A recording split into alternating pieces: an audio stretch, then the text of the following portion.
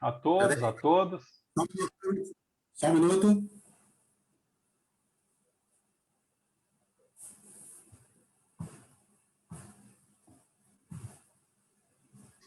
Começa contigo, Pelé, acho que é melhor. Tu, Serginho, e depois eu. Oi. Já estamos. Não apareceu ainda o Facebook. Floresceu. Boa noite a todas e a todos.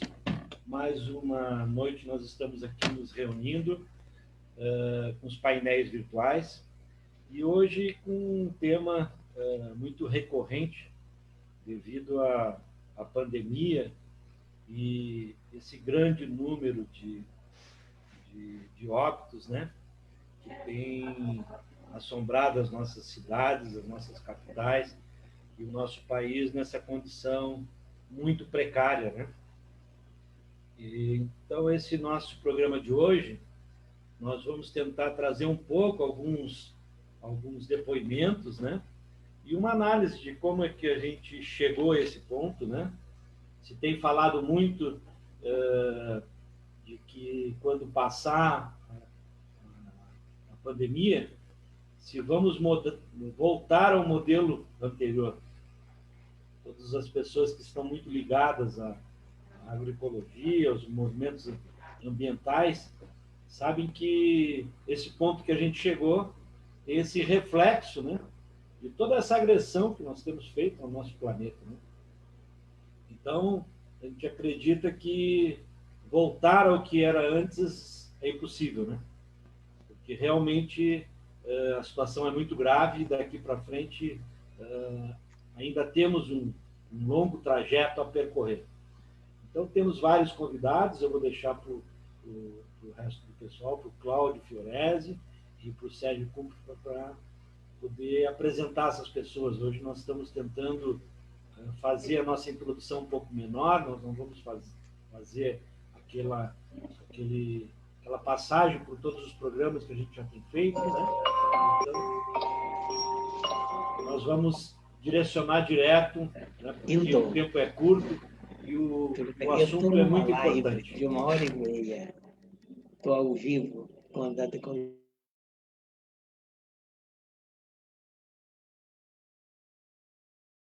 Vai lá, Serginho. Vou passar a palavra para o Serginho e depois o Fiorese. Né? Então, uma saudação muito carinhosa ao Fiorese, ao Pellegrini, que estão sempre com essa parceria aí. Hoje com uma sala muito qualificada aí, com o Pedrinho Guareschi, nosso intelectual, professor, o Felipe, médico, está no front, e o nosso querido Luiz Lorenzi. Mas antes de apresentá-lo, eu quero dizer o seguinte, nós tratamos aqui sempre nas quintas-feiras os temas ambientais, né? Estamos trazendo os temas ambientais. E uma grande desconexão das pessoas, em geral, nós, do meio ambiente, como se nós não fizéssemos parte e não fôssemos meio ambiente, não tivesse, como diz o Fiorese, esse pertencimento mútuo, essa identidade completa com a natureza. É uma espécie de... A gente explora, literalmente explora, suga o meio ambiente, sem pensar nos danos que isso causa. Bom, e as consequências estão sendo cada vez piores, né? As consequências são inúmeras e cada vez piores. E parece que essa relação também se estabelece um pouco com as pessoas. É uma espécie de uma alienação e um egoísmo tal que a gente faz qualquer coisa, né? E não se importa com as consequências disso. De modo que nós estamos nesse contexto de sofrimento, vocês vão ver testemunho de pessoas que passaram por isso, de médicos que estão lá no front, batalhando para salvar vidas, e as pessoas, e muitas pessoas, no dia a dia, elas não podem abrir mão de ir na praia, de fazer uma junção, de não sei o que, como se a vida não tivesse mais importância, ou pouca importância para muita gente. Isso só agrava essa situação de dificuldade que nós estamos passando. Então, é um contexto bem complexo que nós estamos vivendo e que tem a ver com esses painéis, com esses diálogos ambientais que a gente está fazendo. Tem muito a ver essa questão. Mas nós convidamos aqui algumas pessoas tem vários convidados, e eu quero apresentar o Luiz Alberto Lorenzi, nosso querido professor da rede pública estadual.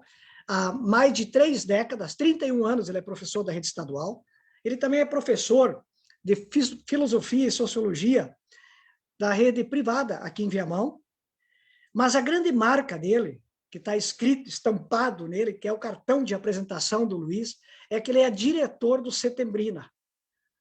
Hoje ele é diretor financeiro, há vários anos já.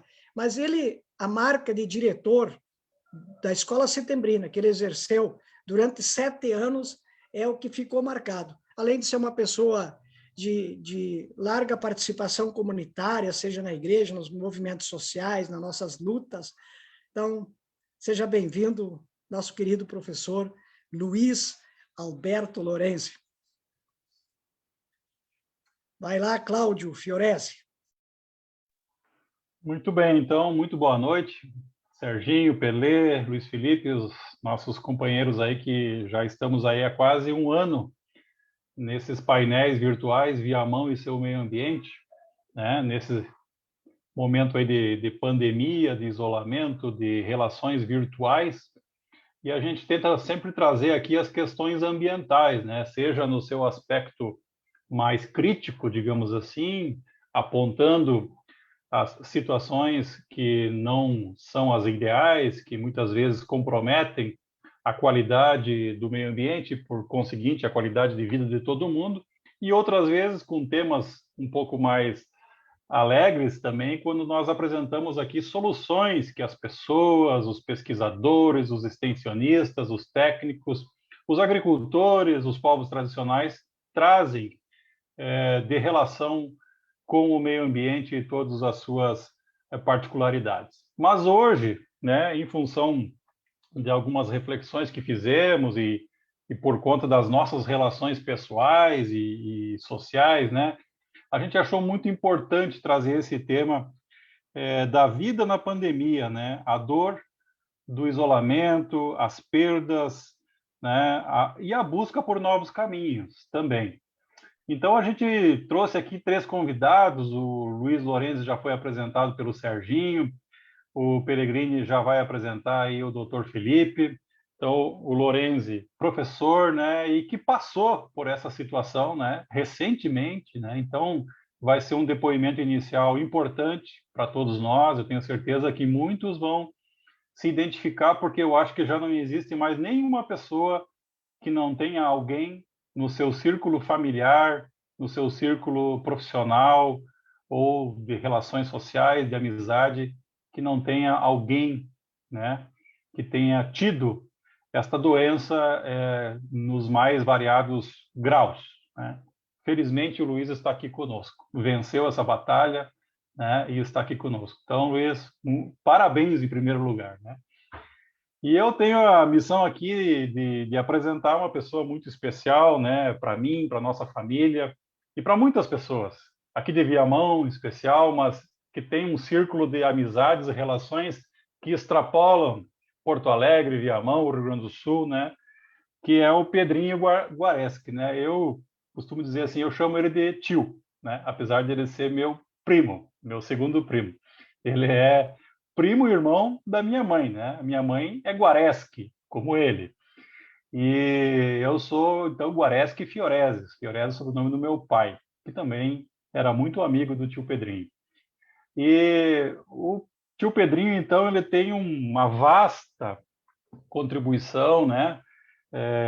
Pastoral, como sociólogo, como filósofo, como, né, estudioso da sociedade, da mídia, da educação, não é? Tem uma grande rede de amigos, de pessoas que estudaram com ele, foram seus alunos de graduação, de pós-graduação. Acho que o tio já está próximo das 500 pessoas orientadas por ele em mestrados e doutorados, né? E apesar de tudo isso, de todas as obras, inclusive uma delas que eu acho que é um sucesso, né? Raros são os escritores, inclusive de literatura e até de livros esses de autoajuda que tem hoje, né? Que chegam a 85, quase 90 edições de um livro, né, que é um clássico, né, um clássico das pessoas que se interessam em entender as questões sociais do Brasil, que é o Sociologia Crítica, né? O tio depois pode confirmar, mas acredito que já esteja próximo das 85 ou 86 edições, se não mais, e uma vasta rede de obras. Mas tem um livro que é muito especial, que é esse aqui, né? Esse livrinho aqui, que foi no aniversário, tio, né? O Semeador de Alegrias. Então, esse é o outro lado, um lado importante, né? Que o tio Pedrinho apresenta. E aqui tem uma pequena síntese, assim, feita por um grande amigo, né? Do tio, que é o Frei Beto. Ele diz assim, ó, Pedrinho Guareschi é um amigo de longa data, desde os tempos, lá pelos fins dos anos 60, em que me instalei no Rio Grande do Sul para fazer contrabando de gente, ou seja, dar fuga via fronteiras com Uruguai e Argentina aos perseguidos pela ditadura militar. Parece impressionante, mas estamos vivendo tempos próximos disso no nosso Brasil novamente, né? Pedrinho é um escritor talentoso, um professor amado pelos seus alunos e um analista pertinente. Suas obras trafegam pelas principais vertentes do humanismo, comunicação, psicologia, sociologia, entre outros. Seus livros, Sociologia Crítica, A Máquina Capitalista, Comunicação e Poder, Os Construtores da Informação, Psicologia em Questão, etc., são literalmente bem escritos, didaticamente palatáveis, eruditamente fundamentados. E neles ressoa sempre a voz dos que não têm voz, dos oprimidos, daqueles que fazem de Pedrinho Guareschi um militante intrépido da causa de Jesus, que é a causa dos pobres. Agradeço a Deus por ter em Pedrinho Guareschi um irmão e um amigo. Deus o conserve entre nós nos próximos 70 anos. Esse livro aqui foi dos 70 anos, né, do tio, em homenagem, né? Então, para mim também particularmente é uma alegria, né, de poder conviver, né, Pedrinho, que sempre se dedicou muito à família também, né, e a brindar, a festejar a vida e aquilo que nós temos de bom. E a esse sentimento de pertencimento comunitário, né, de ligação com as nossas raízes e com a comunidade. Tanto é que, seguidamente, a gente se encontra lá no Paese Guareschi, né? Paese é uma expressão dos imigrantes italianos que se referenciam à sua origem lá na Itália, à sua comunidade de origem. Então, esse sentimento de pertencimento nos faz vivos. E talvez, nessa pandemia, estejamos em alto grau perdendo isso, tanto por uma questão de necessidade de isolamento, como também por algumas características da vida moderna que, como muito bem o Pellegrini colocou, esperávamos todos nós que com essa pandemia houvesse um aprendizado coletivo da sociedade para que o novo normal realmente fosse novo. Será que vai ser? Será que não? Vamos conversar com os nossos convidados sobre isso. Então, feita essa apresentação, eu passo a bola ali, Pellegrini, que é para apresentar o Dr. Felipe, nosso médico, e aí podemos começar, então, na sequência com o Lorenzi, o Felipe e depois o Pedrinho. Pode ser? Então, Dr. Felipe, hoje trabalhando na UPA da Zona Norte, né, militando lá nessa grande dificuldade, né, de leitos e tudo mais, né, uma pessoa também professor na Unicinos e vários outros hospitais onde ele trafega, né? Também pai da nossa escola aqui, é muita honra de tê-lo também no grupo de pais da nossa escola Caminho do Meio. Então, essa é a nossa apresentação para esse querido militante, dessas pessoas, esses anjos, como já foram ditos aqui, que estão sobrecarregados, mas não estão largando o fronte. Eu passo agora, então, a palavra para o Luiz Lorenzi, que vai nos trazer o seu depoimento pelo lado de paciente, né? Boa noite a todos. Saudar o Pedrinho Guareschi, que depois de tantos anos estou vendo, pelo menos pela mídia aqui, né? Isso é uma honra muito grande. Falava para ele que um dos livros dele está aqui comigo, guardado desde 1985. Eu tenho ele guardado aqui comigo. Ao Cláudio, ao Serginho, agradeço o convite, ao Pellegrini E ao Dr. Felipe, né? Um dos anjos aí que representa todos esses anjos de jaleco, né? Desde quem está lá na porta do hospital até o médico infectologista que está lá dentro da UTI, né? Cuidando desses pacientes. Eu agradeço a Deus e aos médicos e à ciência por estar vivo neste momento, né? Quando muitos amigos partiram, né? Hoje mesmo perdi um grande amigo, uma figura de pai, seu José Marques, é uma pessoa que marcou muito a nossa vida da paróquia aqui de Viamão. Mas, enfim, o Serginho me convidou para colocar um pouquinho, né? E perdemos a esposa do seu José Marques alguns dias atrás, né? O casal partiu, né? O casal. E tantas outras pessoas do nosso município. O Serginho me convidou para colocar um pouquinho do que aconteceu comigo, né? E eu, antes, gostaria de dizer para o Cláudio que eu sou aquaponista, viu, Cláudio?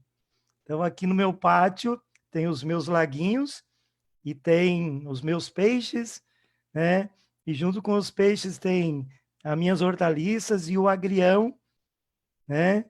Todo ele natural, né?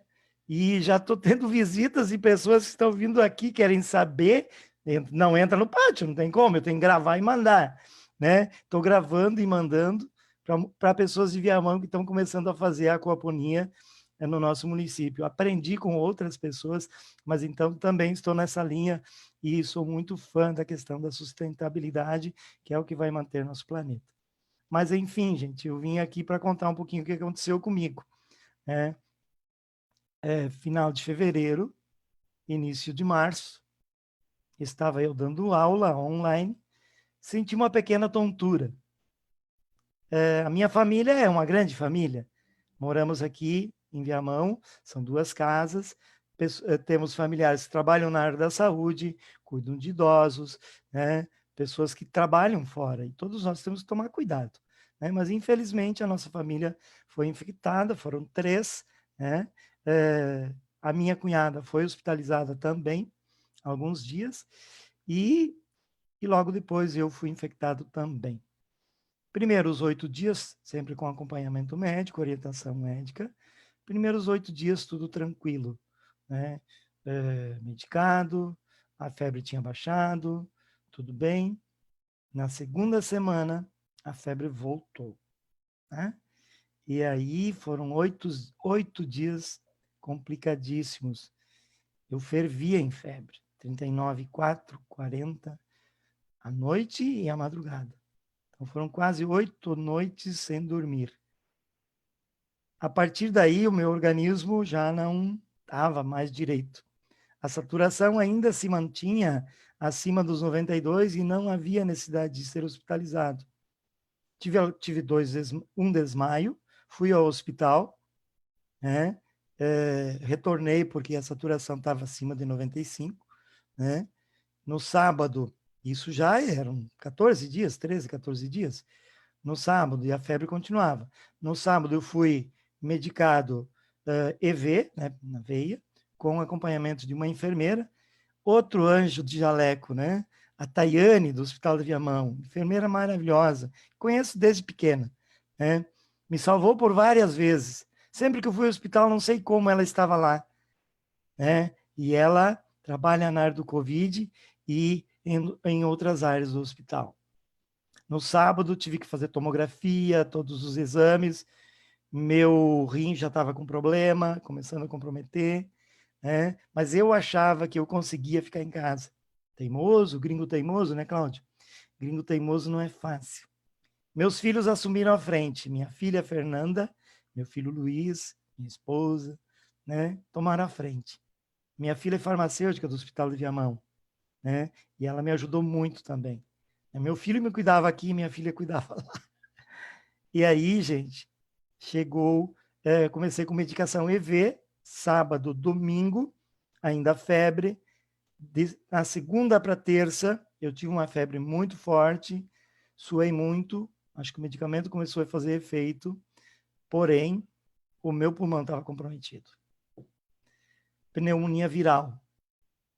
Na terça-feira de manhã, eu fui hospitalizado, e a partir daí, por 4 dias, tratamento intensivo, né? todos os cuidados do Hospital de Viamão, Instituto de Cardiologia. Agradeço muito, Dr. César, que me acompanhou. E aí, 2 fisioterapeutas, um fisioterapeuta de manhã, de tarde. Gente, no sábado eu tive alta, graças a Deus, né?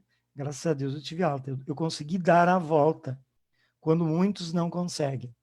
O meu pulmão, ele reagiu ao antibiótico, né? Ao antibiótico que o hospital estava dando.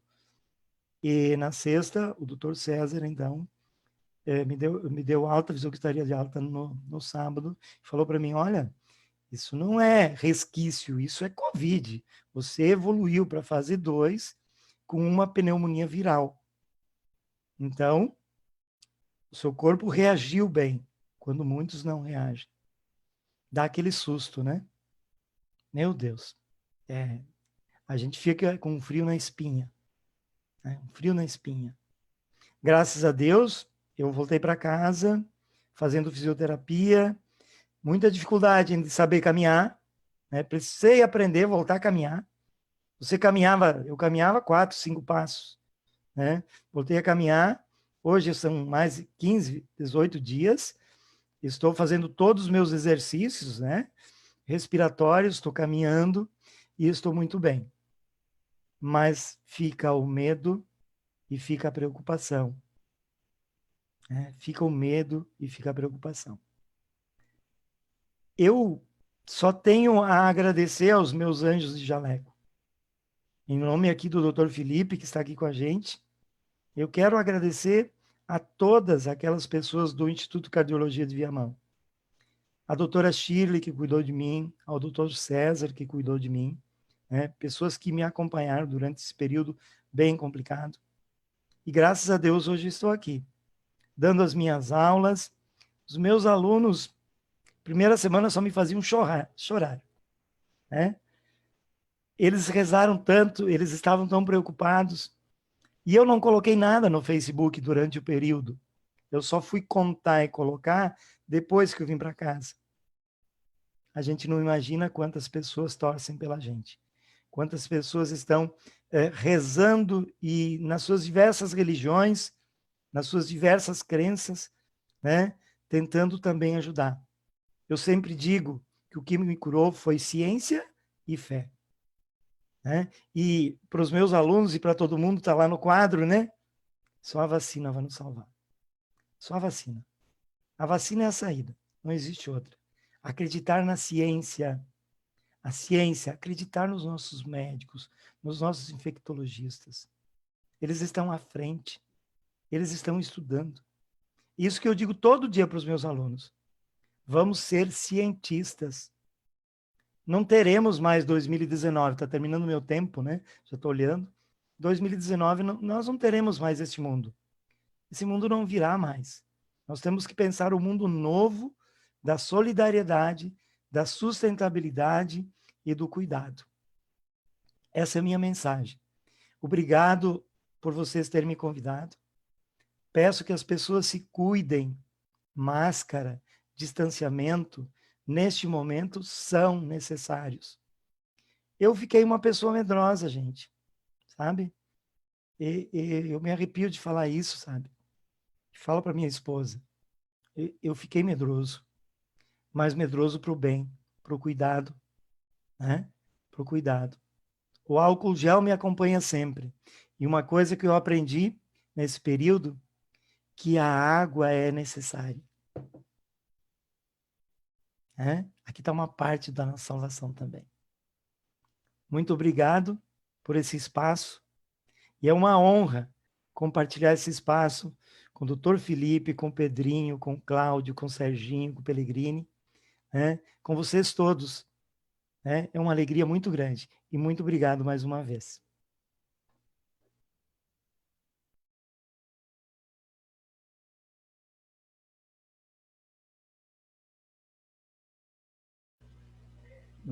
Nós que agradecemos, Luiz, esse teu depoimento. Fica aí conosco, nós queremos ouvir ainda outras impressões tuas aí.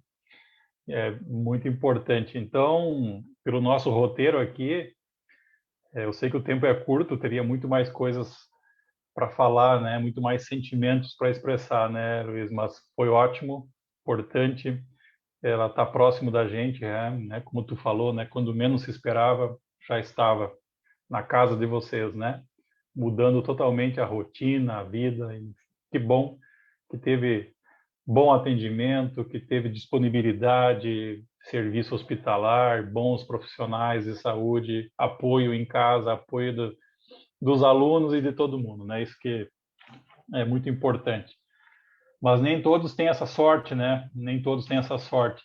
E então, para falar um pouco da situação um pouco mais geral, de tudo que está vivenciando, né, como profissional da linha de frente, como se fala, né, a gente tem aqui o Dr. Felipe Gonçalves, que vai relatar um pouco para nós, né, o que tem visto, né, quais são os, os grandes problemas que estão sendo enfrentados nessa pandemia, onde infelizmente o Brasil desponta quase que como um pária universal, né? E ao mesmo tempo quais são ao mesmo tempo tem esses aprendizados, né? Essa situação toda que você vai tentar resumir, que não é fácil, pouco tempo, né? Mas quais são as lições que ficam para que as pessoas possam sair dessa melhor e, se possível, quem não teve, não venha a ter, né? Porque nós temos, acho que 20 milhões de casos detectados no Brasil, né? A testagem aqui no Brasil é muito pequena, né, doutor Felipe? Mas em torno de 20 milhões, o que dá 10% da nossa população apenas, né? Então, ainda, em tese, de cada 10 habitantes, ainda temos 8 ou 9 que ainda não tiveram, né? Então, é importante ouvirmos a voz da ciência, a voz da medicina, né, para que todos possam agir de modo adequado, né, e possamos todos nos ajudar. Doutor Felipe. Boa noite pessoal, boa noite. É um prazer também estar aqui, estou bastante honrado de estar aqui com pessoas tão qualificadas e falar em horário nobre, né? Em horário nobre e falar para tanta gente que deve estar acompanhando aí, principalmente para nossa cidade, para a cidade onde eu escolhi morar e viver.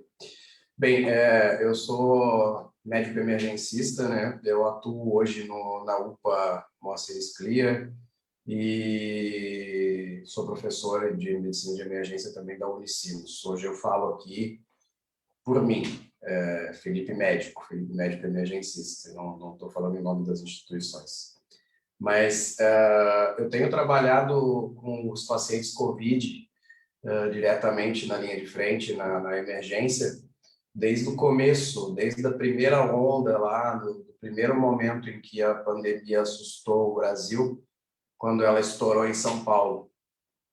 Quando estourou em São Paulo, eu optei por ir para São Paulo e participar do enfrentamento lá em São Paulo. Então, eu já morava aqui, eu moro aqui desde 2010. Eu sou paulista, mas eu moro aqui desde 2010. Mas aí, quando eu vi a situação, eu optei por ir para São Paulo, fui para lá, enfrentar lá no Hospital das Clínicas da USP o Covid, né? Porque ninguém sabia o que estava acontecendo e me senti obrigado a participar dessa situação lá. Não tinha chegado aqui no Rio Grande do Sul ainda, e tinha chegado, mas ainda estava muito fraco, a gente não sabia, não imaginava que ia virar o que virou, né? Eu passei 6 meses indo e voltando de São Paulo e trabalhando lá. Quando a coisa esfriou lá em São Paulo, eu saí de lá e fiquei aqui, aí esquentou aqui, o Covid estourou no Rio Grande do Sul para nunca mais melhorar, né? Então, desde março do ano passado que a gente vem vivendo isso aí, já mais de um ano, mais de 400 mil mortos, muita gente infectada, muitos profissionais, colegas meus infectados, alguns colegas, confesso que não conheço muitos colegas assim que faleceram, mas tem uma enfermeira, faço até uma homenagem à enfermeira Eva aqui hoje, que faleceu, enfermeira que trabalhava comigo. E É muito difícil, tá? Está sendo bastante difícil, assim, porque a gente está muito cansado, todos nós, a equipe médica, a equipe de enfermagem, fisioterapeutas, todos, a equipe de apoio, né, serviços gerais, de todas as unidades de saúde, nós temos vivido tempos muito ruins. A gente tem trabalhado incessantemente durante todos os plantões são horríveis. Mas a gente segue, porque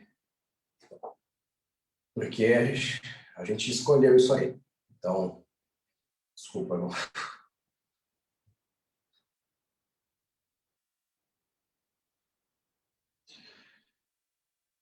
A gente segue porque as pessoas precisam da gente e a gente vai seguir tratando todo mundo. A gente escolheu isso aí e a gente vai seguir fazendo sempre o que a gente jurou, né? A gente está lá para isso e nós vamos seguir fazendo. Só que a gente precisa também que a população nos ajude. E a forma de nos ajudar é seguir as recomendações que a ciência, que a luz da ciência traz para esse período de trevas que estamos vivendo. É a única maneira da gente evitar que as pessoas morram com um maior número, né? Já são muitos mortos, o número já é indecente, mas evitar que mais pessoas morram, como você mesmo disse, ainda falta de 10 pessoas, ainda faltam 8 ou 9. E dessas 8 ou 9, muitos podem ser os nossos entes queridos, né? E mesmo que não forem, né? Ninguém deve morrer. A gente não deve se acostumar e achar que a morte é uma coisa normal. Não é legal. Então, a gente tem que se cuidar, tem que ficar em casa quando necessário. Acho que, visto que o governo, os governantes não promovem um lockdown logo, a gente precisa, nós, evitar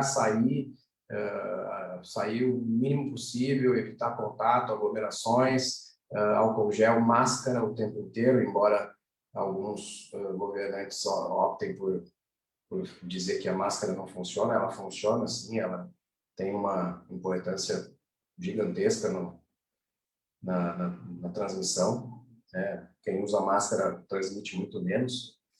E, bem,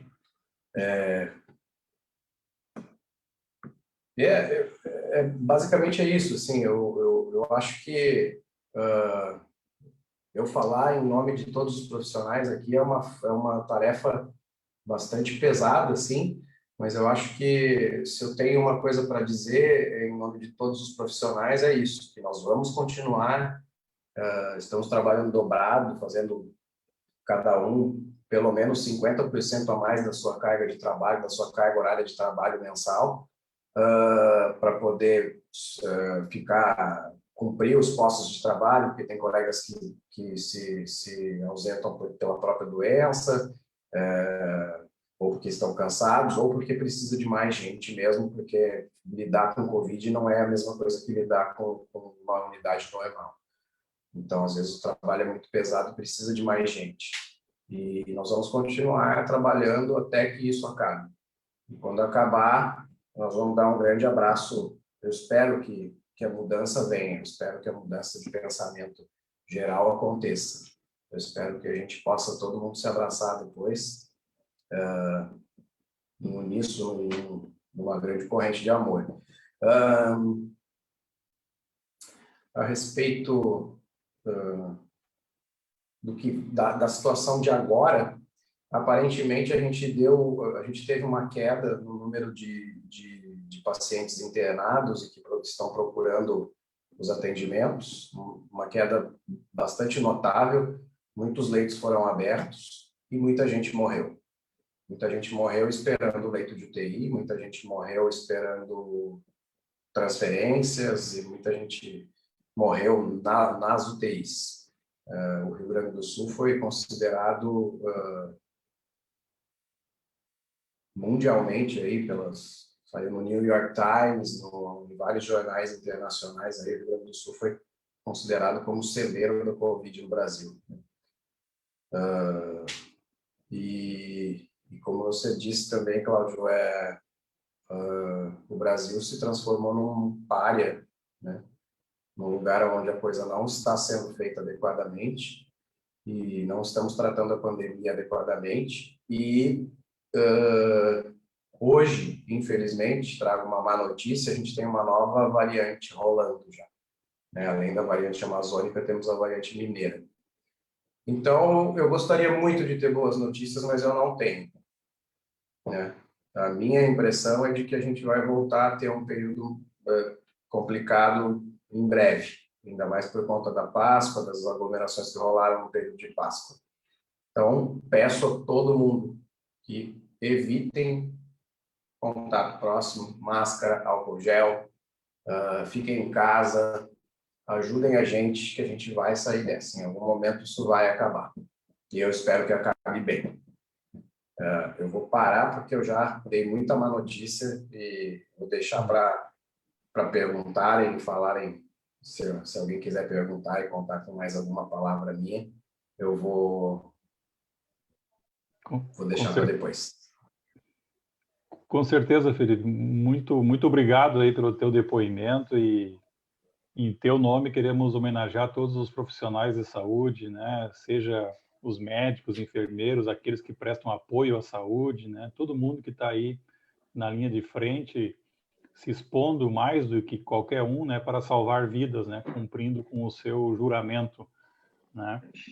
Então, muito obrigado e fica a nossa solidariedade, porque eu acho que o sofrimento que pacientes, né? Pessoas têm e tiveram, como o Luiz colocou, no caso de vocês também deve ser terrível, né? Ver tantas vidas se perdendo, tantas pessoas sofrendo e tantas pessoas tendo efeitos colaterais. Eu fico impressionado lendo hoje um artigo, uma notícia do Pedro Alau, né? O ex-reitor da Universidade Federal de Pelotas, né? Que tentaram calar ele, né, com uma censura, ele que liderou o estudo EpiCovid, né, um estudo epidemiológico da ocorrência, né, que é básico para qualquer planejamento, né, doutor Felipe?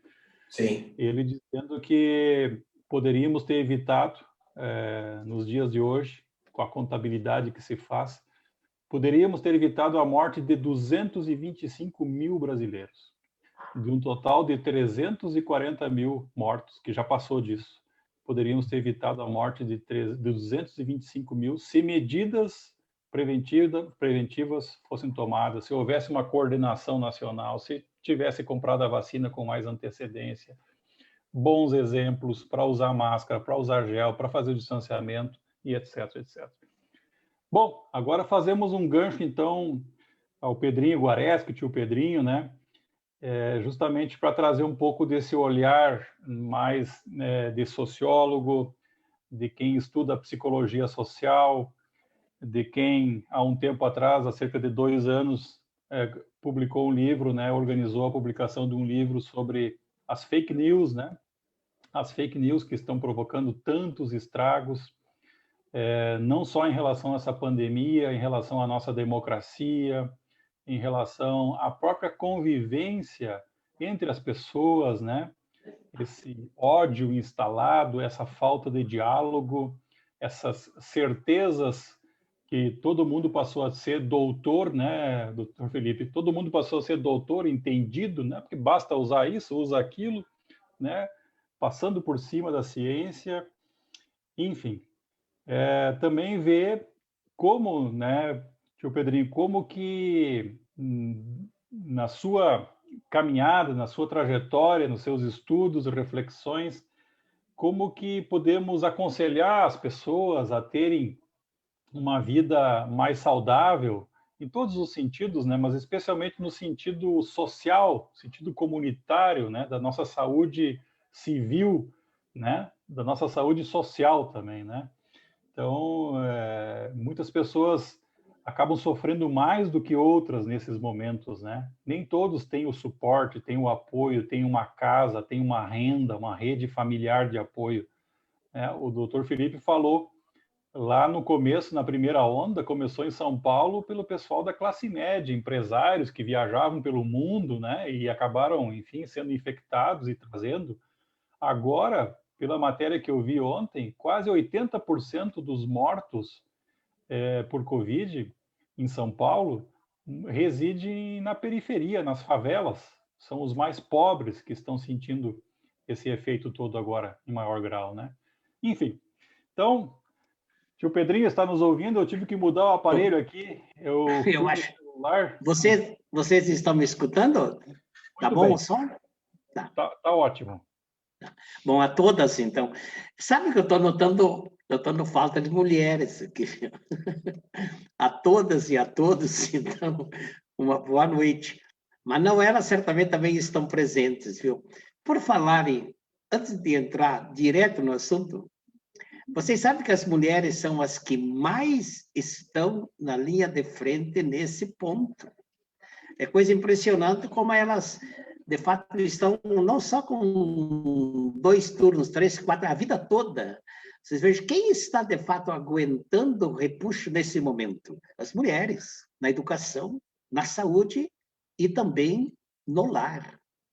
Elas estão realmente ponteando essa luta. Então, força para as mulheres e respeito e consideração, porque elas têm, inclusive, o carinho, as cuidadoras, o carinho para poderem atender a isso. Mas, então, eu tenho 10, 15 minutos, Cláudio, eu vou ver se eu resumo.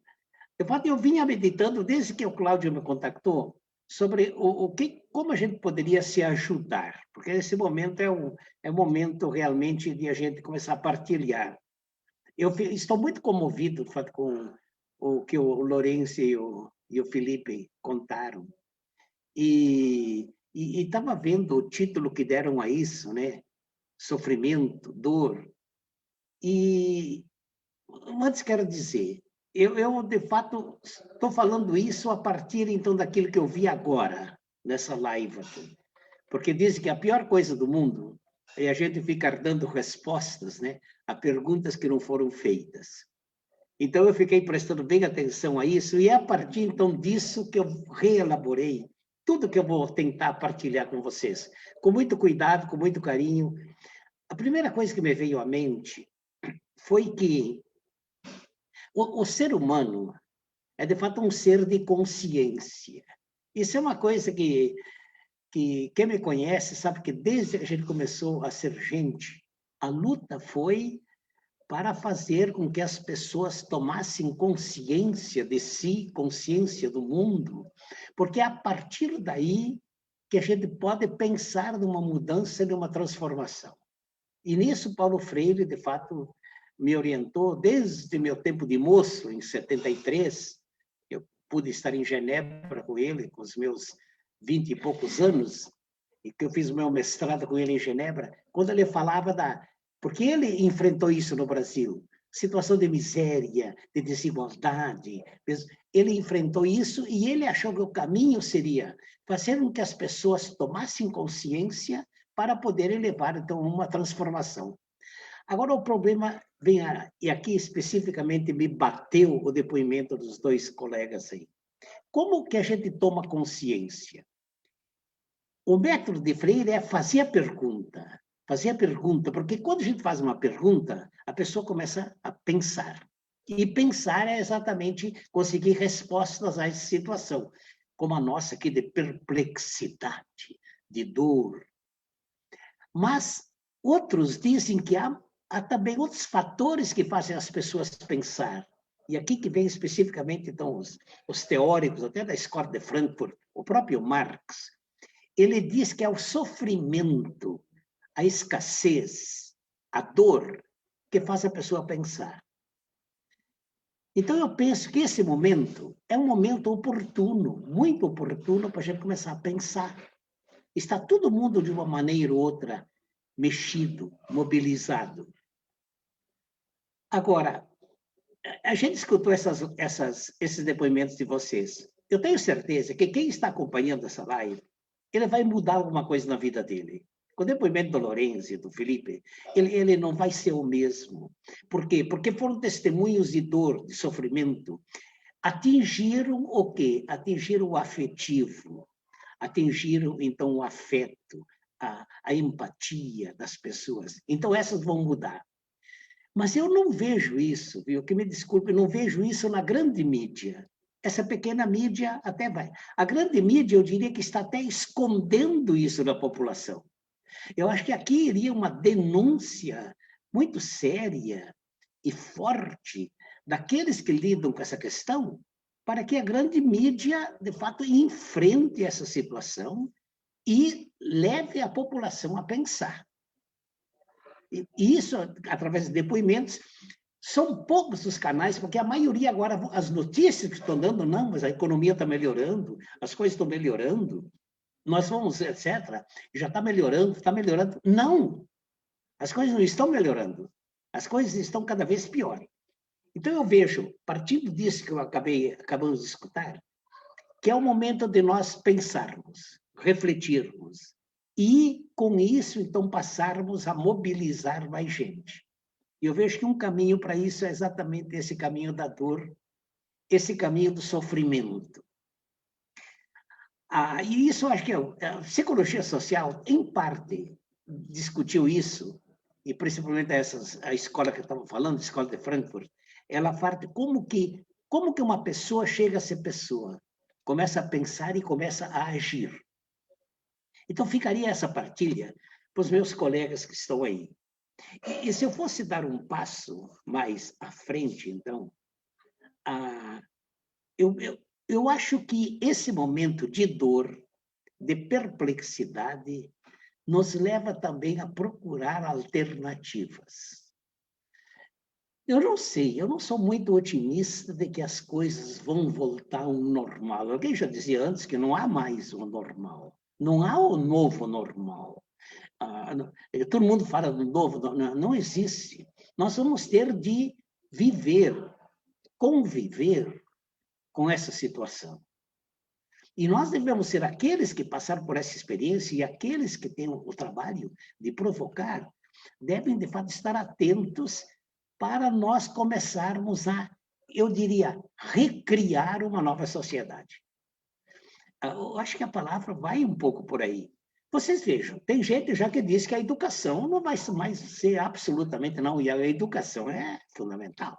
Vai desde a criança jardim, vai até a vida toda nossa, nós continuamente estamos nos reeducando e educando. A educação já tentou, obrigatoriamente, o sofrimento fez com que nós criássemos isso que estamos fazendo agora. Quem diria que um lá de Viamão, o outro, Deus sabe, eu que estou aqui em Santa Catarina, quem diria que nós pudéssemos, assim, empaticamente, nos comunicarmos como estamos comunicando?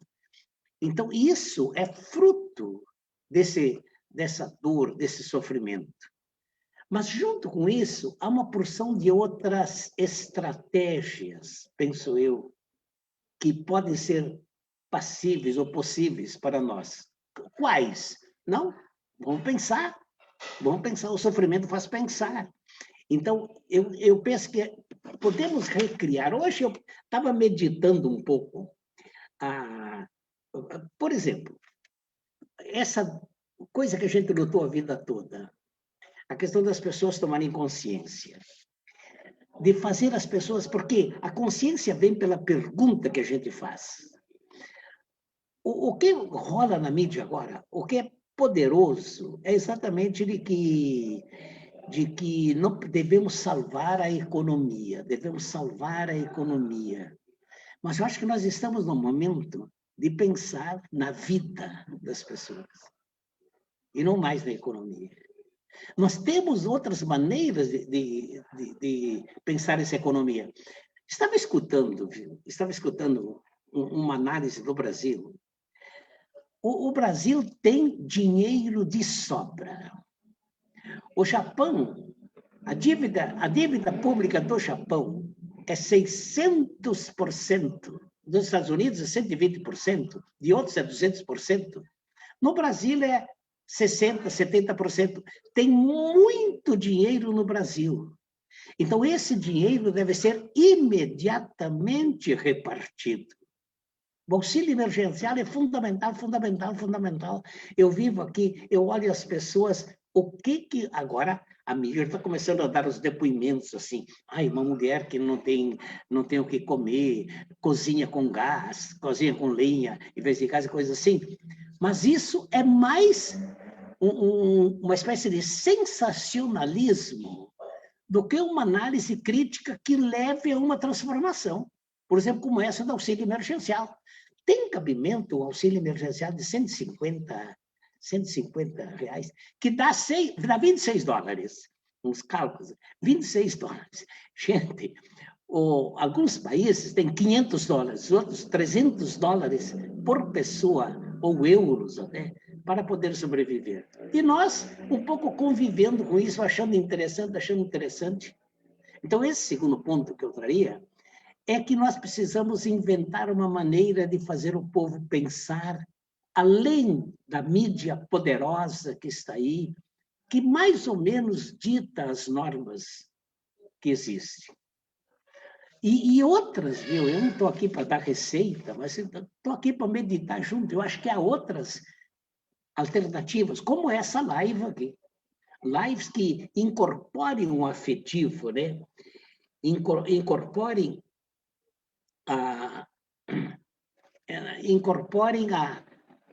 a empatia, a dor, o afeto, né, nessa nossa comunicação. Não sei, Cláudio, eu estou mesmo esgotando o meu tempo, mas eu diria, resumindo, eu acho que há muita coisa que nós poderíamos fazer. Mas, para isso, nós precisamos começar aí, peço licença, aí é o trabalho do psicólogo, de fazer a pergunta. Nós temos de escandalizar. Nós temos de mostrar os absurdos em que nós estamos vivendo. E isso precisa gritar de toda maneira. Eu vejo, por exemplo, que as igrejas, algumas... Há organismos como a CNBB, poderia ser muito mais enfática, assim, direta, como é o Papa Francisco. O Papa Francisco não pede licença a ninguém e diz essas barbaridades que estão acontecendo no mundo. A questão das vacinas, por exemplo. Os direitos humanos da população. Com que direito um país se fecha sobre si mesmo, não aceita outros, e aqui as vacinas são para nós, mas então nós somos todos seres humanos? A pergunta, nós esquecemos que o mundo é para todos os que vivem no mundo? Esse é o princípio fundamental da convivência humana. O mundo é dos que vivem no mundo, mas não. O mundo está absolutamente rachado. E tem alguns que têm alguma coisa e tem tudo. Tem 1% da população que tem 50% dos recursos. Ora, isso não cabe. Mas nós parece-me, estamos tranquilos. Parece que nós temos medo de gritar, de escandalizar, de mostrar os absurdos em que nós estamos vivendo. Eu acho que aí nós deveríamos ser mais agressivos. Mais, assim, agressivos no bom sentido. Provocativos. Como é o que faz a pergunta? A pergunta que liberta. E da dor vem a pergunta. Não sei, estou falando para os meus colegas e vou com isso terminar. Não sei se não seria o momento de alguém que trabalha muito com as pessoas, de ajudar a canalizar esse sofrimento numa pergunta que liberta e automaticamente numa ação transformadora. Porque o povo lá no fundo já está se ajudando.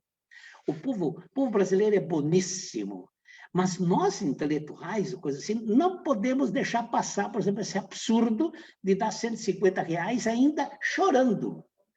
Quando tem dinheiro de sobra, tem dinheiro isso, mas isso é escondido. O dinheiro vai para quem? Para o investimento, para faturar, para juros, né?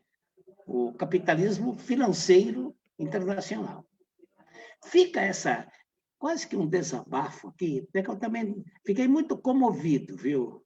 Com essa fala dos colegas. Eu acho que nós temos de aproveitar a dor para fazer a pergunta e fazer uma pergunta que liberta. Fica assim a minha humilde... Não acredite nisso. Vamos pensar junto que temos muita coisa à frente para fazer. Mas é isso, Cláudio. Ótimo, tio. Muito obrigado por essas colocações iniciais. É justamente esse o sentido, né, Pellegrini e Serginho, que a gente fez. trazer o Lorenzi para falar da sua experiência pessoal e familiar, trazer o Dr. Felipe para ampliar esse leque, pegar um universo de situações que ele tem lidado, né?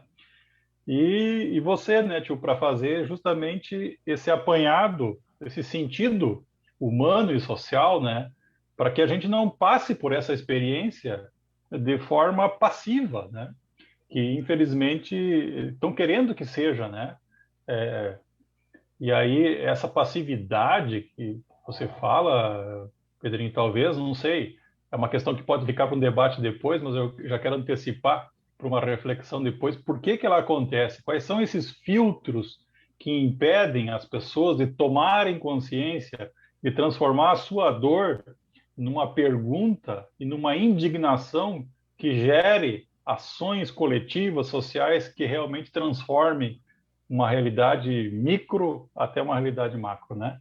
Mas eu vou passar a palavra de novo aqui para o Serginho, para o Pelé, para eles conduzirem, né? Ver se tem perguntas do nosso pessoal aí que está conosco. Também o pessoal que está na sala aqui, a Sandra, a Zilá, o Ailton, o Anderson, a Renata, a Cláudia, o Plock, não sei se é um apelido, é o nome, o Plock está aqui conosco. Se quiserem também fazer perguntas oralmente, por favor, é só levantar a mãozinha aí, abrir o microfone e fazer para os nossos convidados. Eu acho que essa primeira rodada foi muito boa aí, Serginho e Pelé. Muito bonito, é sério, profundo, muito bom. O Plock colocou aqui, o nome dele é Pedro Paulo Antunes. Ele diz assim, é preciso ter esperança, mas tem de ser esperança do verbo esperançar, porque tem gente que tem esperança do verbo esperar. Esperança do verbo esperar não é esperança, é espera. Eu espero que melhore, que resolva, etc, etc. Ele cita esperançar aqui, inspirado num texto do Paulo Freire, que já foi citado pelo mestre Pedrinho também. Então, bonito. Obrigado, Plock. Se quiserem entrar, fazer as suas colocações também, pode fazer ao vivo aqui. Muito legal. Eu tinha algumas colocações também, né? E bem dentro dessa linha, né, que o Pedrinho trouxe, né? E que é o que me parece que é o ponto que acaba fazendo algumas mudanças, né?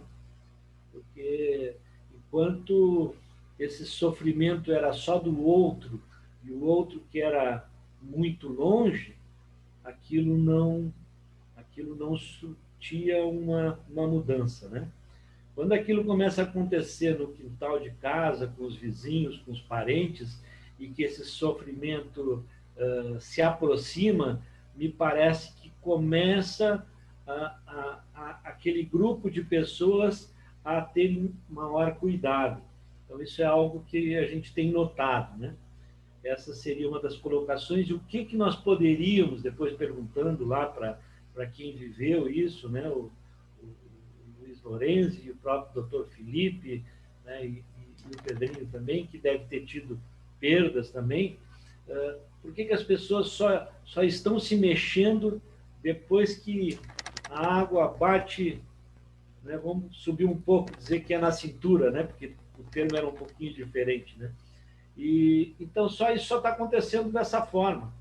E uma outra coisa que também foi uma avaliação que se fez aqui, quando se cita que o Papa Francisco vai lá e fala, mas está faltando a fala das entidades, as instituições. Nós temos visto todo dia médicos darem depoimentos difíceis, como o do Dr. Felipe, que estão à frente, mas as entidades, né? As entidades não estão se colocando. A Associação Médica não está se posicionando. Não está se posicionando por quê? Está no momento da gente abandonar esse modelo econômico e essa questão de que o importante é a economia.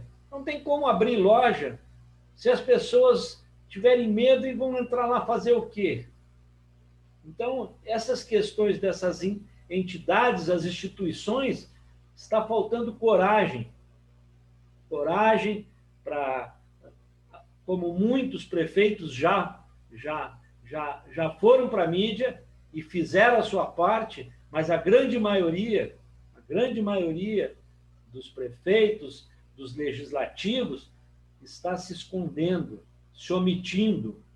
O que falta para que a gente consiga que vá para a mídia essa dor, esse sofrimento de milhões de pessoas?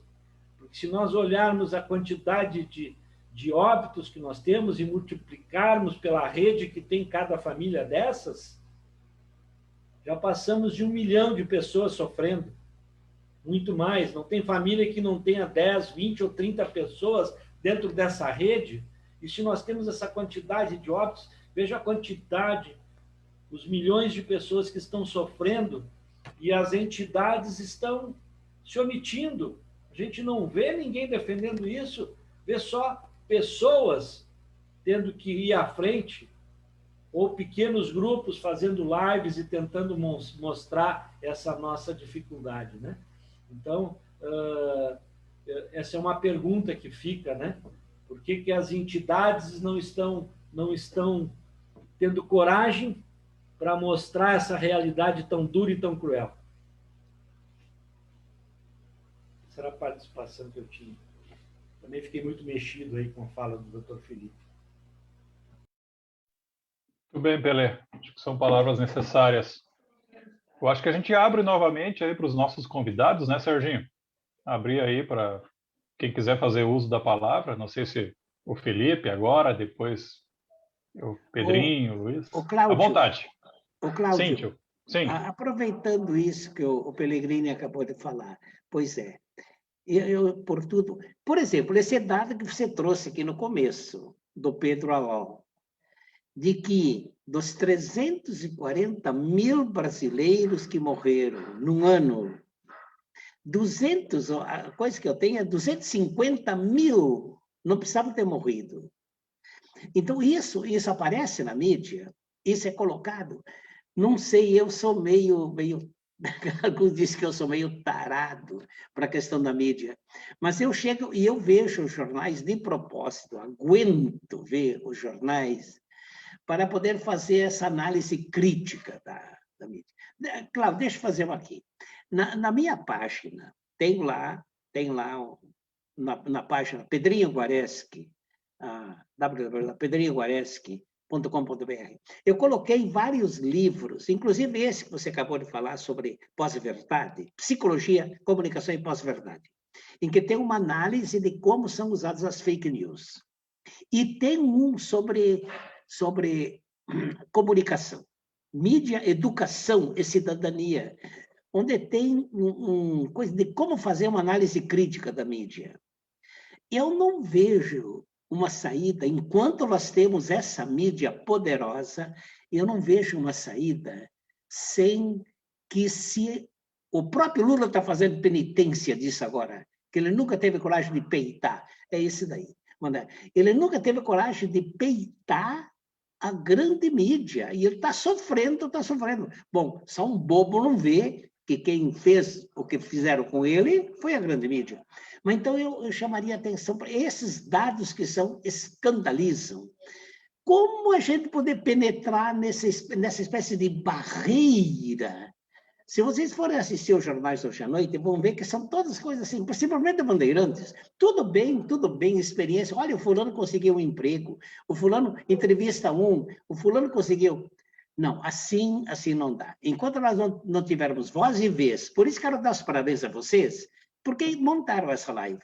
Por pequena que seja, mas vai indo. Mas já estão proliferando. Graças a Deus, já há até jornais alternativos em âmbito... Né? Até pagaria a pena uma hora vocês colocarem, o DCM e outros assim, onde a voz do povo está sendo passada.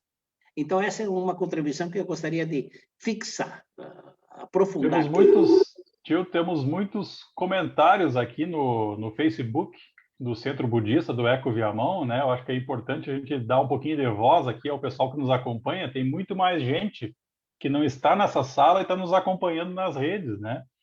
Então, o professor Paulo César Nascimento, da URGS, né, faz assim um elogio aos depoimentos e reflexões muito importantes. O Ricardo Dio coloca assim, até uma questão para vocês, né? Proponham, se possível, o seguinte comentário: a pandemia com oportunidade de olhar mais para dentro de si, aceitar a condição externa, julgar menos, isso gera mudança social? É uma pergunta do Ricardo Dio. José Lucas Quos, querido mestre Pedrinho Guareschi, devo-lhe muito da minha formação crítica e humanística a partir da cadeira de Psicologia Social das Ciências Sociais da PUC em 1979, em que aprendi a ler o mundo com outros olhos. Graças, saúde e alegria. Professor Jusemar Silva, seu colega aí, Luiz Lorenzi. Boa noite a todos, bom rever o mestre Pedrinho na nossa FAFINC. Sônia Velasque, da Emater, boa noite. Vera Lúcia Venturini, lá da Quarta Colônia, boa noite. Cibele, também coloca aqui, dá uma saudação. Celso Broda, né? O Celso Broda é da nossa rádio comunitária, né? Aqui a Rádio Santa Isabel, né, Serginho? Isso, e é presidente do Conselho Municipal de Cultura também, Fiorécio. Exato, de repente ele está retransmitindo na rádio comunitária. São esses aí, são essas redes, viu, tio, que a gente está aí mobilizando, né? Eu também notei a falta do professor Pedrinho Guareschi, a fala, grata pela homenagem às nossas companheiras. Ah, sim, a Adriana Damasceno está falando da falta das mulheres, né? A gente pede desculpas no dia de hoje, realmente os nossos convidados são só homens, mas muitas vezes a gente tem só mulheres de convidados, né? Então a gente procura esse equilíbrio de gênero, é importante, e a gente aceita essa crítica construtivamente, sim, Adriana. E aí vai, né? Tem aqui: o governo precisa aumentar o valor do auxílio emergencial, é uma vergonha. Felipe, vocês, profissionais da saúde, estão fazendo diferença nessa tragédia. Parabéns. Aí, Felipe. Obrigado a todos. A Luciana Vasques, a Bel, faz um elogio novamente ao Felipe, que se emocionou também. E assim vai. Olha, tem várias aqui. Eu vou achando aqui que tiver mais uma pergunta. Muita gente mesmo aqui nos comentários, especialmente do Facebook do SEB, viu? Mais de 80 pessoas seguindo. Agora, no momento, são mais de 80 pessoas seguindo pelo canal do Facebook. Fiorese, tem a Xana, que está na sala, junto com o Ploc. Ela gostaria de fazer, contribuir aqui com o debate. Então, se a Xana quiser entrar, pode entrar, Xana, não tem problema, é só ligar o microfone e falar. Né?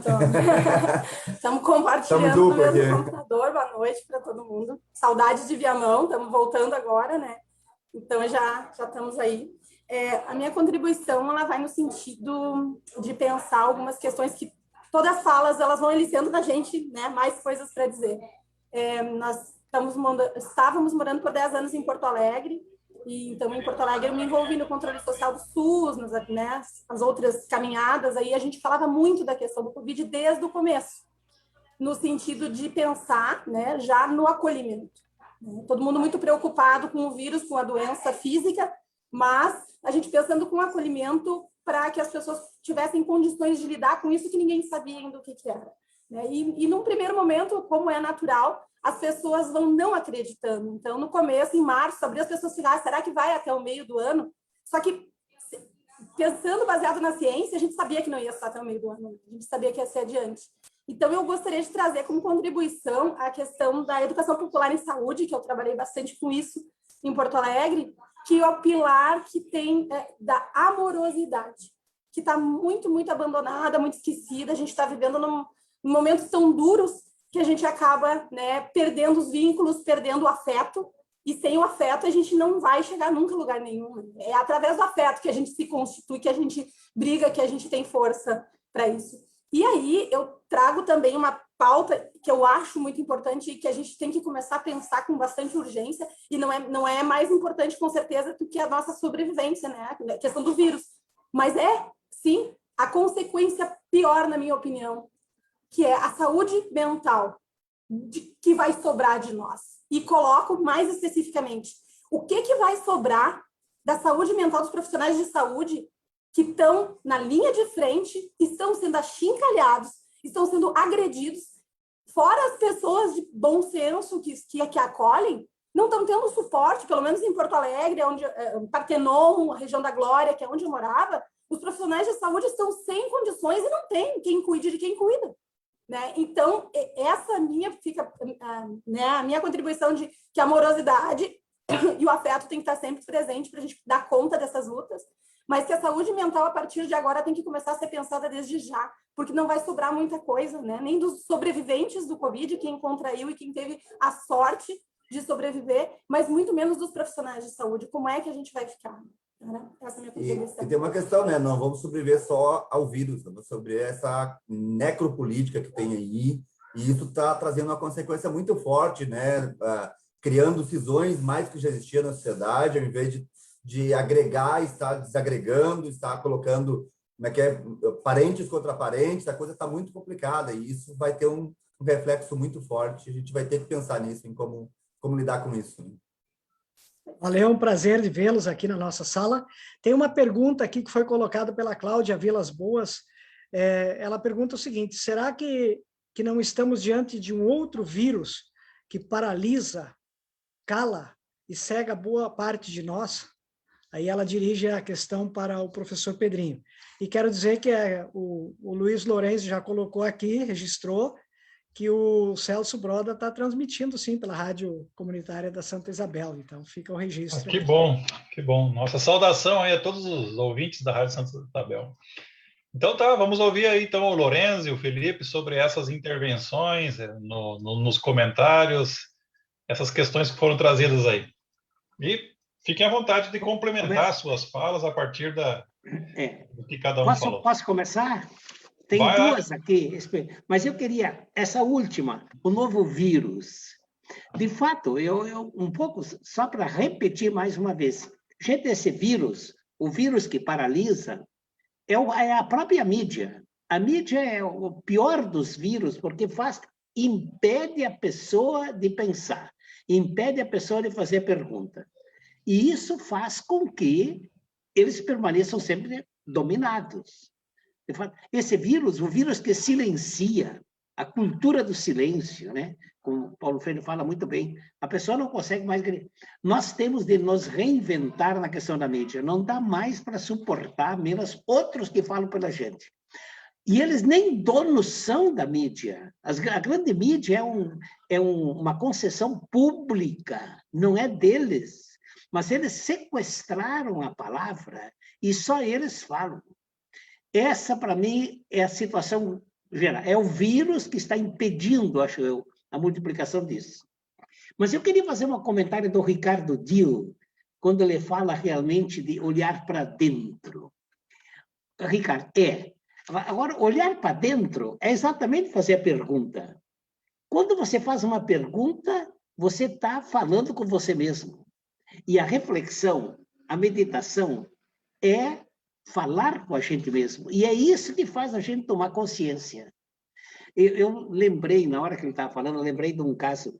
Paulo Freire chegou uma vez numa comunidade lá no interior da Bahia, e lá naquela comunidade, toda a comunidade achava que, acreditava, olha a crença, acreditava que mulheres que morriam, que tinham filhos, 7 filhos que tinham morrido de vez, morrer de vez é morrer no primeiro ano de vida. Então, se uma mulher tivesse tido 7 filhos que tinham morrido de vez, ela ia para o céu, porque o coro dos anjinhos ia receber no céu. Agora Paulo Freire, o que você faz diante de uma situação dessas? Que é um pouco hoje. Você vê assim, 250 mil pessoas que morreram e não precisavam ter morrido. Dinheiro sobrando no Brasil e auxílio emergencial de 150.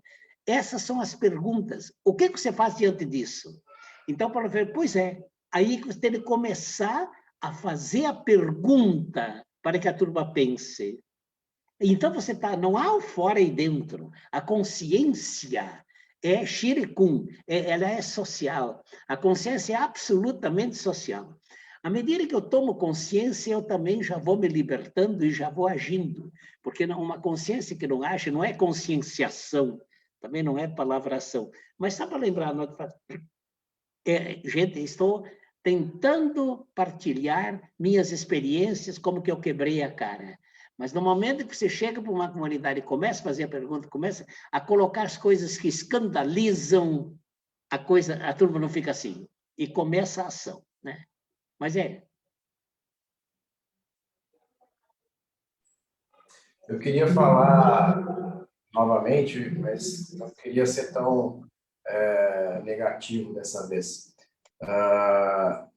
Eu ouvi o depoimento do Luiz aqui e queria dizer que, como eu trabalho na emergência, a gente atende os pacientes que chegam, a gente vê eles piorarem em alguns momentos, só que em algum momento ele sai da emergência e vai ou para a enfermaria ou para a UTI. Então, a grande maioria dos pacientes que eu atendi, a grande maioria dos pacientes que eu atendi durante a pandemia, eu não sei o que aconteceu com eles. Na verdade, isso é uma característica da minha especialidade, da emergência. A gente atende, estabiliza, faz o que tem que fazer e aí ele vai para outro setor e a gente acaba não sabendo. Mas durante o período Covid acabou sendo bastante angustiante isso. Mas por conta disso, assim, por ser uma situação que o Covid é uma situação bem única, assim, eu acabei procurando saber de alguns pacientes e fiquei sabendo que eles tiveram alta. É muito bom ouvir depoimentos como o do Luiz, e isso para nós todos da área da saúde tem sido muito bom, ver que os pacientes melhoram.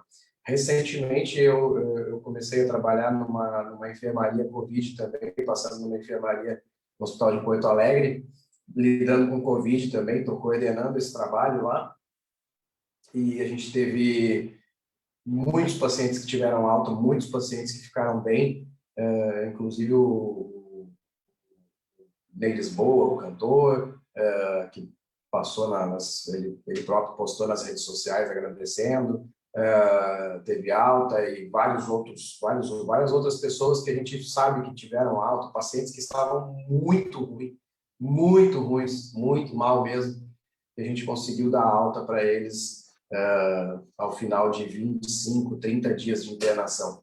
Então, existe um lado alegre, assim, de ver as pessoas melhorarem. É isso que eu queria dizer, então, que a gente se apega nessas pessoas que ficam bem, assim. Luiz, você fez um bem enorme para mim, assim, acredito que para todos os profissionais que tiveram o prazer de te atender e te ver embora bem. Então, é isso que eu queria dizer agora, nesse momento. Eu vou seguir, então, rapidinho, né? E eu coloquei ali cuidar de quem cuida da vida. E eu todo dia ouvia a minha filha chegar angustiada desde que surgiu esse vírus, quando ele piorou no nosso estado, e ela chegava muitas vezes chorando, porque ela sabia que o medicamento para UTI muitas vezes tinha para mais um dia, eu estava terminando. Ela é responsável por isso, né? No hospital, pelo medicamento. Então, doutor Felipe, eu comecei a trabalhar com os meus estudantes, com os meus alunos da Escola Estela Maris, do cuidar de quem cuida da vida. E em dezembro do ano passado, os alunos do segundo ano fizeram uma surpresa para todos os profissionais da saúde do Hospital de Viamão. Eles fizeram um meet, onde a gente chamou, claro que não tinha como chamar todo mundo, nós chamamos os representantes e fizemos uma homenagem. Eu penso que a gente tem que cada vez mais cuidar de vocês. Assim como eu tento cuidar da minha filha, ajudá-la, né? Porque ela chora no ombro do pai, né? Todos os problemas que ela sofre lá no hospital. Acho que cada um de nós tem que fazer a sua parte. Como o professor Pedrinho falou, como o Cláudio, Serginho, Peregrini falaram, a gente tem que agir. E na aula de hoje, professor Pedrinho, eu terminei a aula de Sócrates e eu lembrava da morte de Sócrates. E Sócrates não se entregou até o final da vida dele. E ele dizia uma frase que o homem, ao agir, ação, ele tem que medir se os seus atos são justos ou injustos, corajosos ou covardes. É hora da gente ter muita coragem, denunciar o que tem que ser denunciado, gritar o que tem que ser gritado e cuidar de quem tem que ser cuidado. Assim como os profissionais da saúde cuidam da gente, nós precisamos cuidar deles. Nós precisamos trabalhar que as pessoas se deem conta que se nós não tivermos profissionais de bem, que estão bem, a nossa saúde não vai funcionar. Então, em primeiro lugar, nós temos que cuidar de vocês. Cada um de nós tem que cuidar. Tá bem? E tenha certeza que a gente, todos nós que estamos aqui, quem está nos assistindo, a gente quer, sim, o bem de cada um de vocês. O bem de cada profissional que está lá limpando o hospital, cuidando do hospital, né? Até aquele que está lá no final, lá na UTI, e que muitas vezes vê o seu paciente partir. Conta com a gente, Felipe. Pode passar isso para as pessoas, para os teus parceiros lá, tá? Obrigado. Tamo junto. Tamo junto. Tamo junto. Isso aí. Muito bem, Luiz. Muito bem colocado. Nós já são 8h24. Eu acho que a gente vai encaminhando, né, Serginho e Pelé, para uma rodada final de conclusão, né, com algum aspecto que precise ser mais aprofundado ou alguma abordagem que não foi feita. Deixamos aí para os nossos convidados, então, e aí depois a gente faz o encerramento, então. Pode ser, Serginho? Beleza? Eu vi que o Pedrinho abriu o microfone ali. Cláudio, eu estava justamente pensando nisso. Olhem, nas minhas meditações aqui, quer falar com a gente mesmo e você fazer a pergunta, alguém trouxe a palavra esperançar aí, que é de Freire, de fato.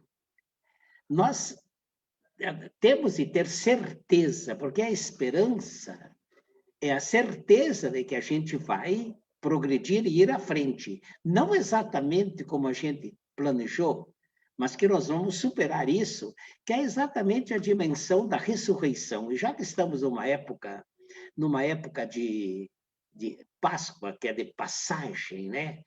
De morte e ressurreição, morte nós temos demais, né? Temos aí. Mas esses que morreram, não morreram à toa. É essa dimensão que eu quero trazer. Esses são os novos mártires. Esses são os novos cristos, que bem nessa época de paixão, morreram para podermos chegar a uma ressurreição. Porque não tem ressurreição sem paixão. Essa é a dialética da vida, né?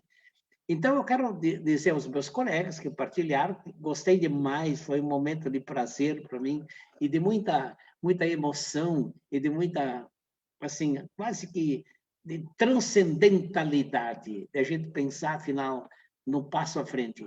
Quero dizer que eu estou muito feliz e muito esperançoso, porque esses, a menos 250 mil que morreram e não precisavam ter morrido, se juntam a toda a paixão e morte de Jesus Cristo, e é aí que o Brasil vai ressuscitar.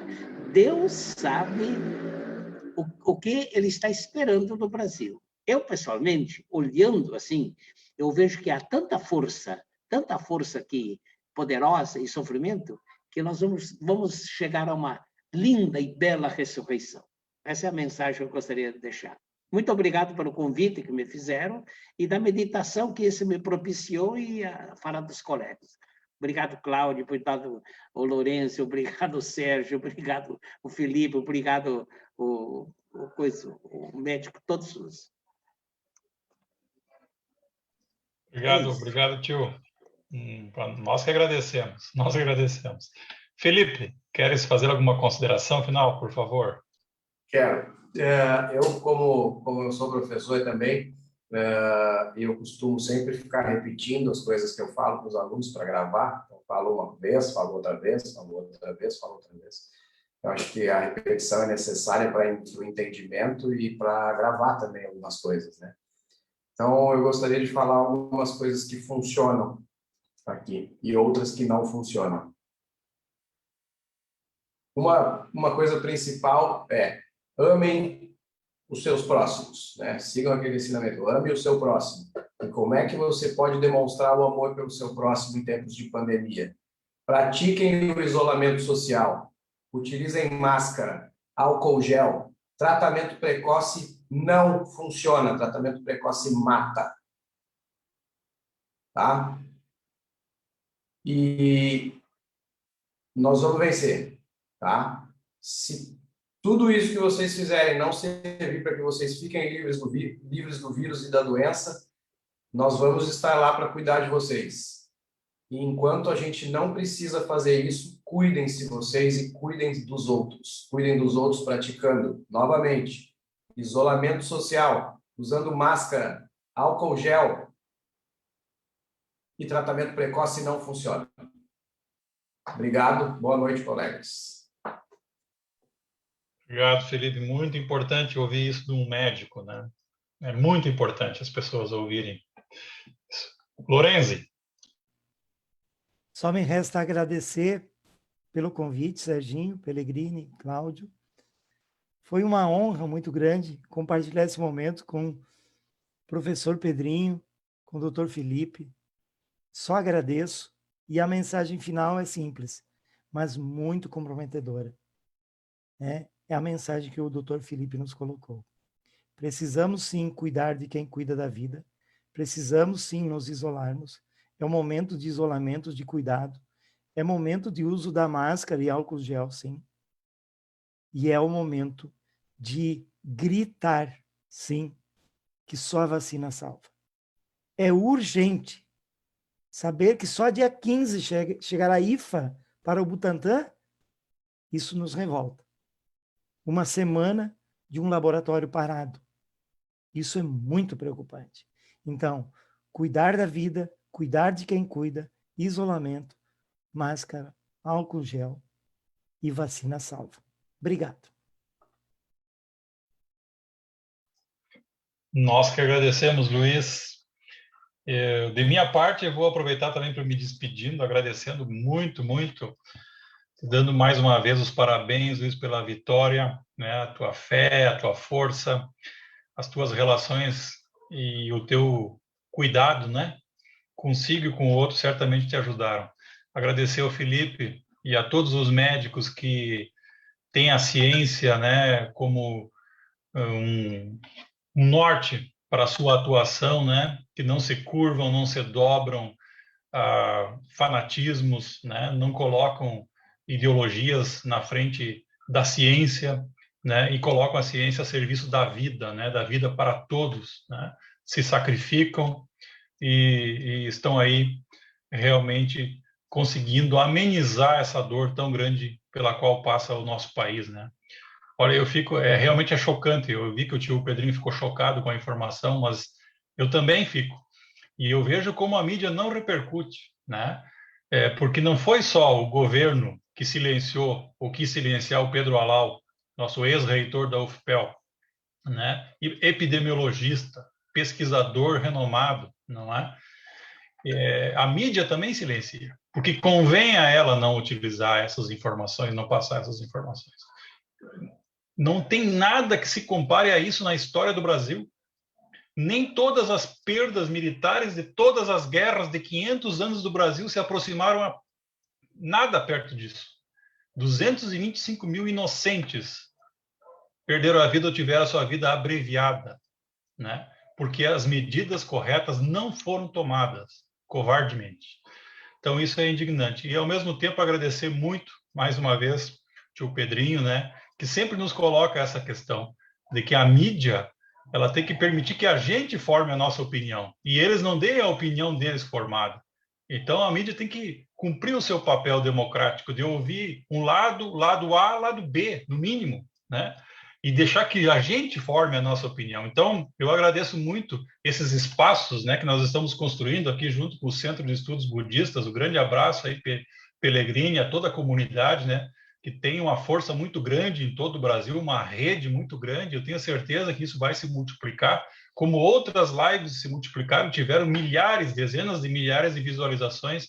Eu acredito que essa também vai ter, né, pela força das palavras, dos depoimentos de todos aqui, né? Então, eu sempre acordo todo dia pensando o seguinte: o que eu vou fazer hoje para ajudar a amenizar essa dor? Eu sempre fico com a sensação que faço muito menos do que deveria, mas isso não me imobiliza. A gente tem que levantar a cabeça todo dia e tentar fazer algo. Tentar fazer algo, se perguntar, como disse o tio, e tentar fazer algo já é parte do nosso papel. E se a gente se soma a outros como vocês e a dezenas e centenas de outros que nos assistem e que estão conosco e que vão nos assistir, o efeito é socialmente palpável, né? É politicamente visível. Então é isso. Força aí para todo mundo. Obrigado pela oportunidade. Vou deixar o Pellegrini para fechar a nossa live. Eu quero agradecer também imensamente o mestre Pedrinho, ao Lourenço, ao Felipe, a todos que estão na sala e que nos acompanharam. Eu acho que nós, nesses momentos de crise, nós sofremos as consequências da política das elites do atraso, das suas operações através da mídia, demonizaram sempre a política, os movimentos sociais, e está faltando consciência. Mas, apesar de todas essas últimas semanas têm sido muito pesadas, são muitos conhecidos, muitos amigos que foram embora, e que essas pessoas, elas não são parte de números, elas são aquelas pessoas que ajudavam na paróquia, são aquelas pessoas que estavam nos movimentos sociais com a gente, que faziam churrasco com a gente, que davam alegria, que discutiam com a gente, faziam política, discutiam futebol e todas essas coisas, e eles foram embora. Então, mas eu acredito também que toda essa gente que teve que morrer por negacionismo, por incompetência, até por maldade, a gente não vai deixar eles ir embora assim, barato, sem criar uma consciência, uma reação positiva. Nós temos que nos cuidar. A reação, primeiro, cuidados. Aquilo que o doutor orientou aqui muito bem. E segundo, vamos para aquilo que o Pedrinho está perguntando. O que fazer? Ação. Se não tiver outra coisa, põe uma faixa na frente da tua casa, vacina já. Quando tiver uma carreata para gritar por vacina, para denunciar as ações do governo, de não liberar o benefício para que as pessoas não morram de fome, tem que participar. Então, é ação. Isso vai gerar, e eu acredito que vai gerar ainda uma reação muito positiva de libertação e de reversão desse quadro. Então, muito obrigado. Tem 500 coisas que acontecem na cabeça da gente quando a gente ouve uma roda dessas, mas vamos lá, o espaço é esse, e a gente vai continuar, a vida continua. Então, muito obrigado, um abraço a todos, e passo para o Pellegrini para as suas considerações finais. Bom, pessoal, queridas e queridos, né? A gente sabia que o tema era pesado, era difícil e que iria nos sensibilizar demais, né? Mas eu acho que vieram lamparinas, né? Lamparinas para tentar iluminar essa caminhada através da fala do Luiz, que passou pela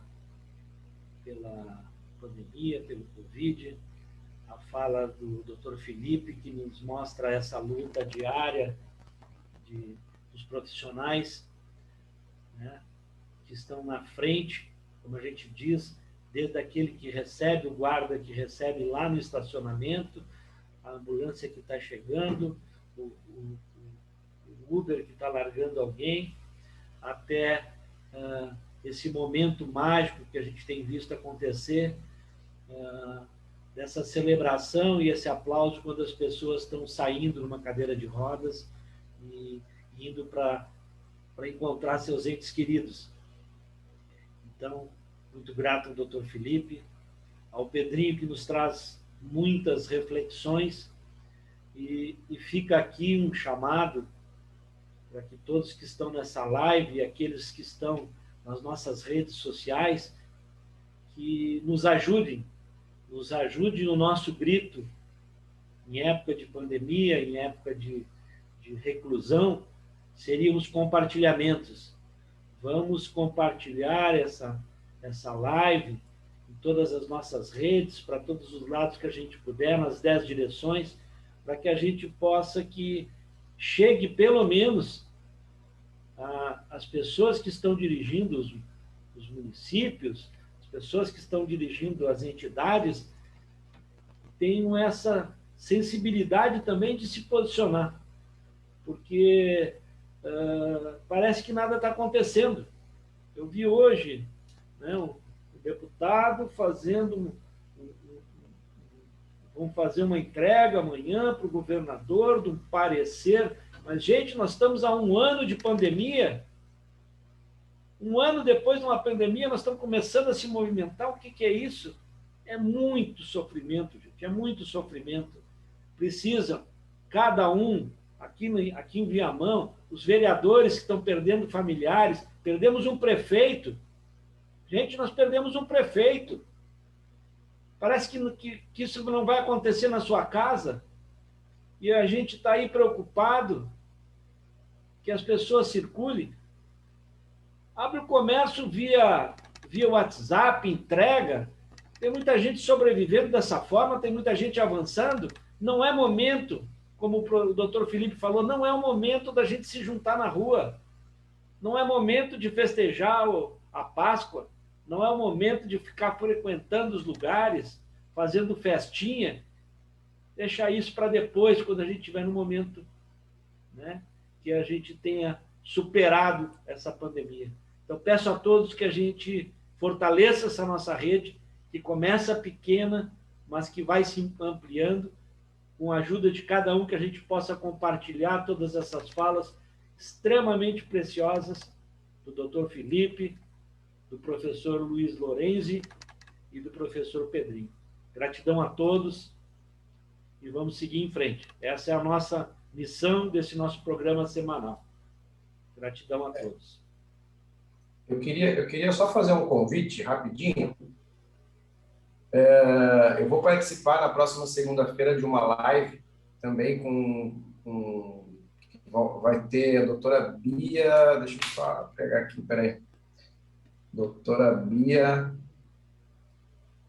Carniel, que é doutora em medicina tropical, a Eliana Ronan, que é secretária da Saúde de Araraquara, em São Paulo, que foi uma cidade que implementou o lockdown e está tendo ótimos resultados com o lockdown. O doutor Carlos Neder, que é deputado federal do PT, e essa live ela vai ser transmitida pelo canal dos Jornalistas Livres, pelo YouTube do Coletivo Resistência, pelo Comitê de Coletivos pela Democracia e Lula Livre, e nós vamos falar sobre... O tema é Covid-19, é preciso coragem, tá? Vai ser na próxima segunda-feira, às 7 horas da noite também, nesses Facebooks que eu passei para você, Facebooks para vocês, Jornalistas Livres, Coletivo Resistência e Coletivo Lula Livre também. Se tu tiver um card, Felipe, se tu tiver um card, nos joga o card, que a nossa rede é forte, e a gente vai tentar disparar isso para todos os lados, né? Para que mais pessoas possam compartilhar e ver exatamente essa experiência maravilhosa dessa cidade dirigida por um prefeito que casualmente, né, é do PT. Casualmente. Apesar que a mídia não dá, né?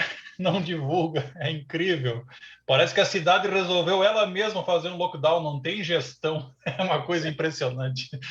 Pessoal, vamos abrir os microfones, quem quiser, para dar uma boa noite, né? Então, muito boa noite a todos, a todas. Se cuidem. Valeu muito. Valeu, obrigado, Cláudio, boa noite. Lorenzi, Felipe, Pedrinho. Boa noite, Lorenzi, gente. querido Lorenzi. Nos cuidamos. Um grande abraço, gente. Guerreiro. Tamo junto. Grande Lorenzi. Valeu. Valeu, Luiz Felipe. Nossa. Boa noite, abraço. Abraço. Obrigado, Felipe. Obrigado. Valeu. Nós vamos continuar na sala aí, Serginho e Pelé. Vamos esperar um pouquinho aí. Tchau, Vamos esperar, Pedrinho. vamos esperar Abraço. terminar a Tchau, tchau. gravação. Tchau, Pedrinho.